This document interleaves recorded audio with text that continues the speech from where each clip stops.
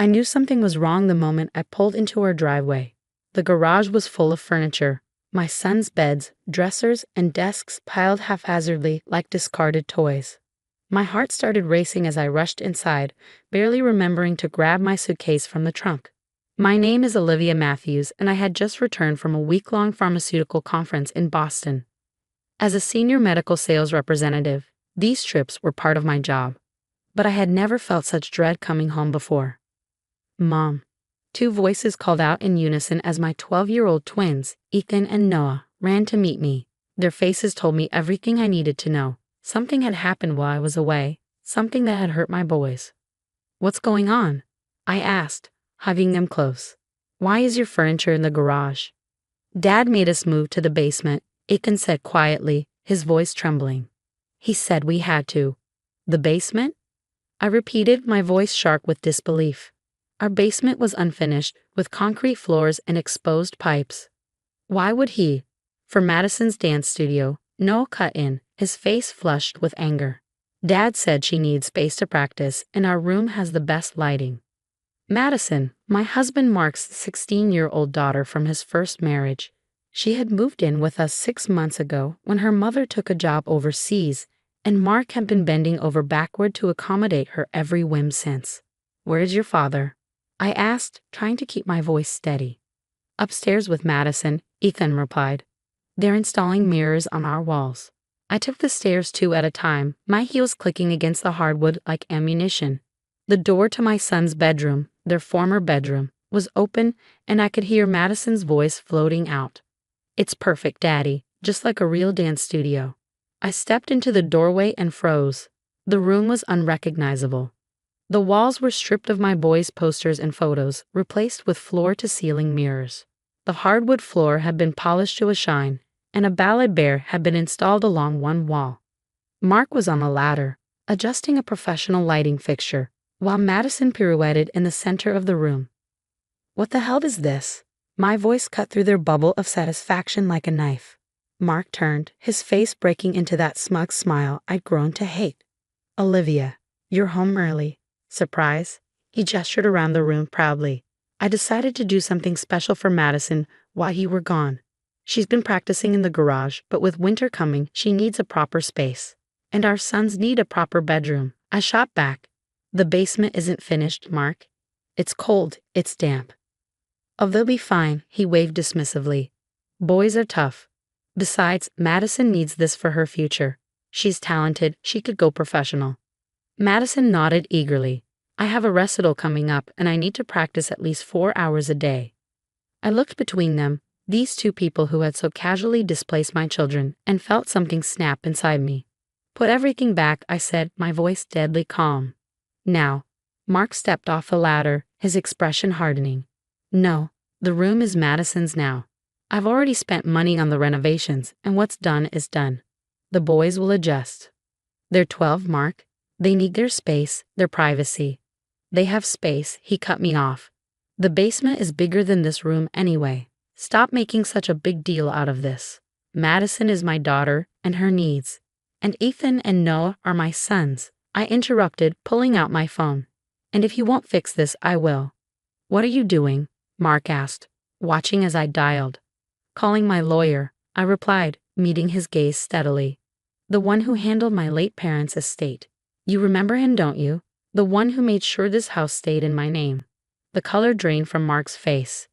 In his rush to please Madison, he'd forgotten one crucial detail. This house had been my inheritance, passed down from my parents. I'd never added his name to the deed, despite his hints and suggestions over the years. Olivia, be reasonable, he started, but I was already speaking into the phone. James, it's Olivia Matthews. I need your help. My husband has forced my minor children into an unfinished basement and converted their bedroom without my permission. Yes, the house is still solely in my name. What are my options? Madison's face fell as she realized her dance studio might not be as permanent as she thought. Mark stepped toward me, reaching for the phone, but I turned away. You can't do this, he hissed. She needs. What she needs, I cut him off, is to learn she can't take what belongs to others. And what you need is a reminder that this is my house, and those are my children. You have 1 hour to start moving everything back. If not, James will be filing papers tomorrow morning. You're overreacting, Mark tried again. This is what's best for. Best for who, Mark?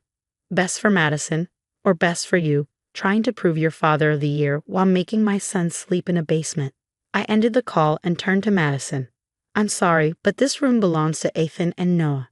You can practice in the garage, or we can look into actual dance studios in town. But you are not taking my children's bedroom. Daddy, Madison whined, but for once, Mark was silent. He knew I had the legal right to make this decision, and more importantly, he knew I was right. I walked downstairs to find my boys hovering anxiously in the hallway. Go get your dad, I told them. It's time to move your furniture back where it belongs. As they ran to obey, I leaned against the wall, my hands shaking slightly.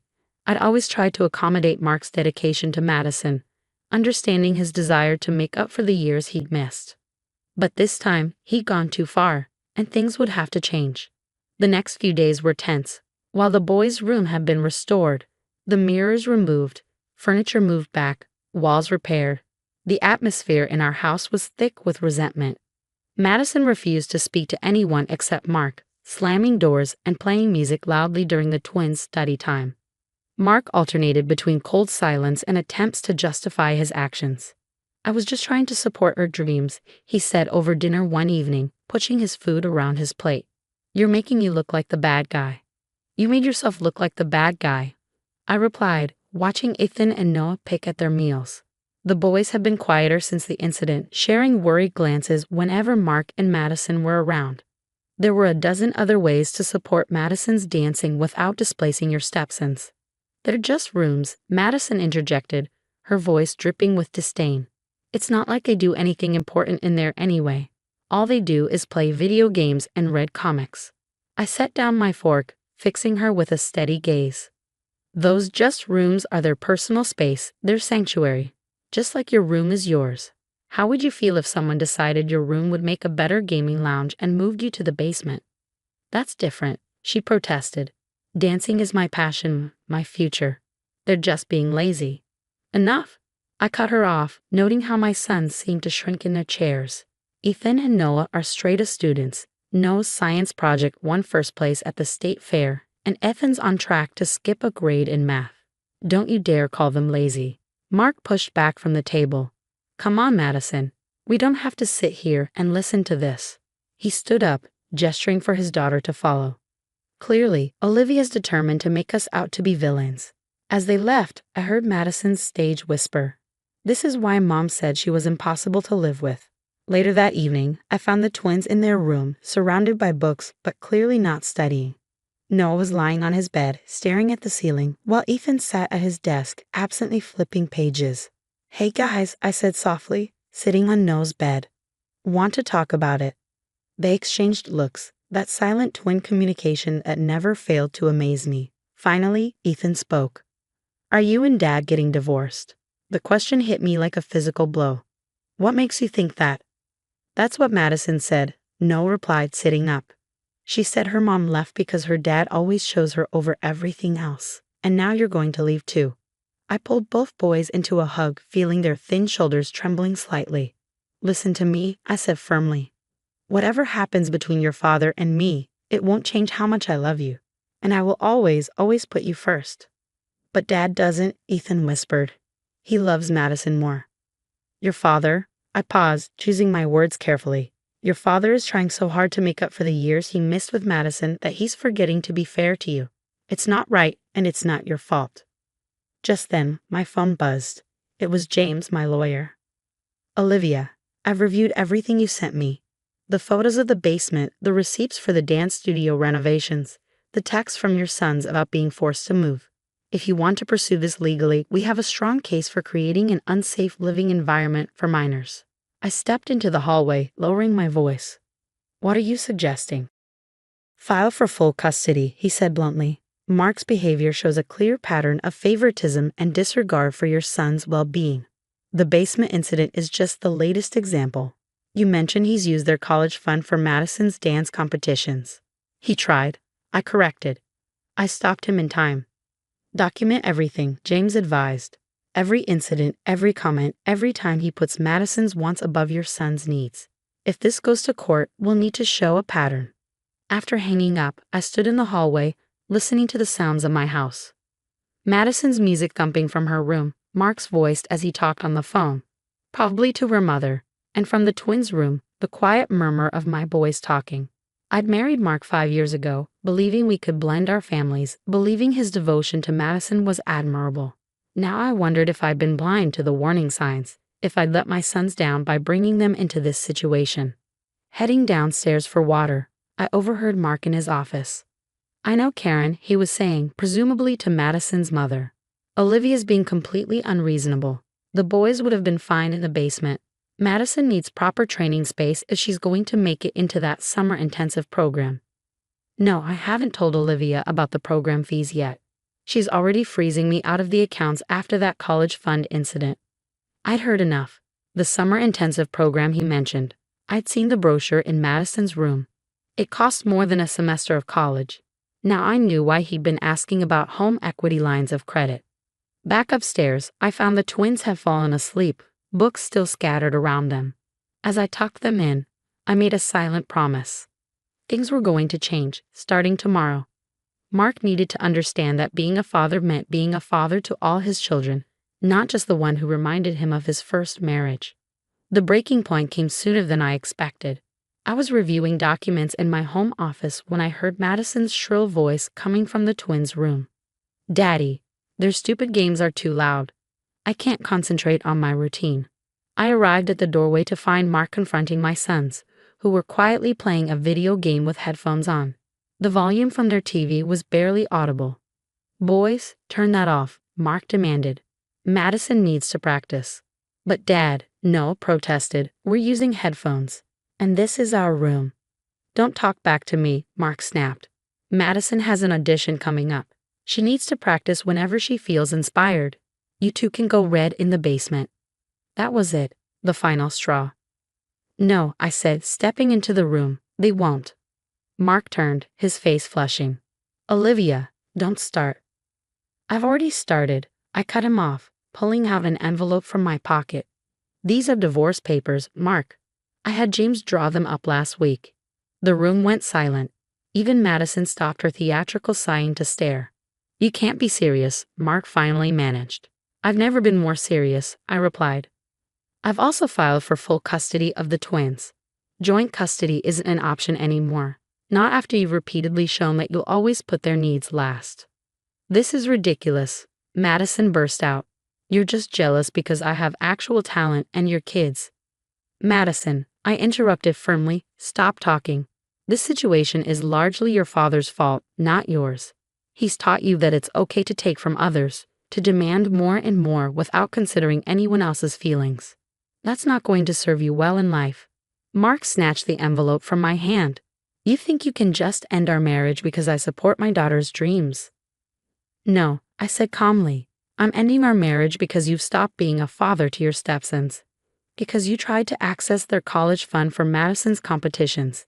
Because you were planning to take out a home equity loan on my house to pay for her summer intensive program." His face paled. "How did you?" "It doesn't matter how I know. What matters is that it stops now." I turned to my sons. "Boys, keep playing your game. This is your room, and you have every right to be here." As Mark stood there sputtering, I continued. "You have two choices, Mark.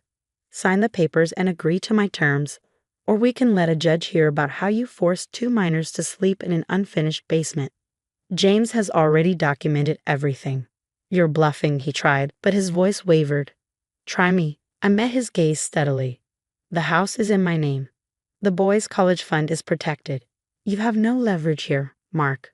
All you have is a choice about how difficult you want to make this." Madison started crying, real tears this time, not her usual performance. "Daddy, don't let her do this. Where will we go?" I softened slightly. "You can stay until the end of the school semester, Madison. I'm not heartless. That gives you and your father 3 months to find a new place. But the games with the boys stop now." Looking at Mark's face, I could see the moment he realized he'd lost. All his manipulation, all his attempts to prioritize Madison at everyone else's expense, had finally caught up with him. 2 weeks later, Mark signed the divorce papers. He and Madison moved into a nearby apartment, and slowly the atmosphere in our house began to change. The twins gradually relaxed, no longer walking on eggshells in their own home. "Mom," Ethan asked one evening as we had dinner, just the three of us, "are you sad about Dad leaving?" I considered the question carefully. "I'm sad that your father couldn't be the parent all his children needed. But I'm not sad about protecting you too." Madison's mom called me yesterday, Noah added quietly. "She said she's sorry about everything. She wants us to know it wasn't our fault." I nodded, grateful for Karen's unexpected support. She'd seen the pattern in Mark's behavior long before I had. It was why their marriage had ended. 6 months later, I ran into Madison at the grocery store. She looked different, more subdued, less entitled. "Mrs. Matthews," she said, shifting uncomfortably. I wanted to say sorry about everything. Dad's been making me see a counselor, and she's helping me understand how wrong we were." "Thank you, Madison," I replied sincerely. "That means a lot." "The boys," she hesitated, "are they okay?" "They're doing great," I said. "You're welcome to come visit them sometime, if you'd like. As long as you remember that it's their house, their space." She nodded, a small smile touching her lips. "I'd like that." Driving home, I thought about how much had changed. The twins were thriving, their confidence restored now that they didn't have to compete for their father's attention. Mark was learning, slowly, that being a good father to Madison didn't mean being a bad father to his sons. And me? I was finally at peace with my decision. Sometimes protecting your children means making hard choices, standing firm when it would be easier to give in. But watching my boys laugh and play in their room, secure in the knowledge that no one would displace them again, I knew I'd made the right choice. Some people might call it harsh, choosing my sons over my marriage. I call it being a mother.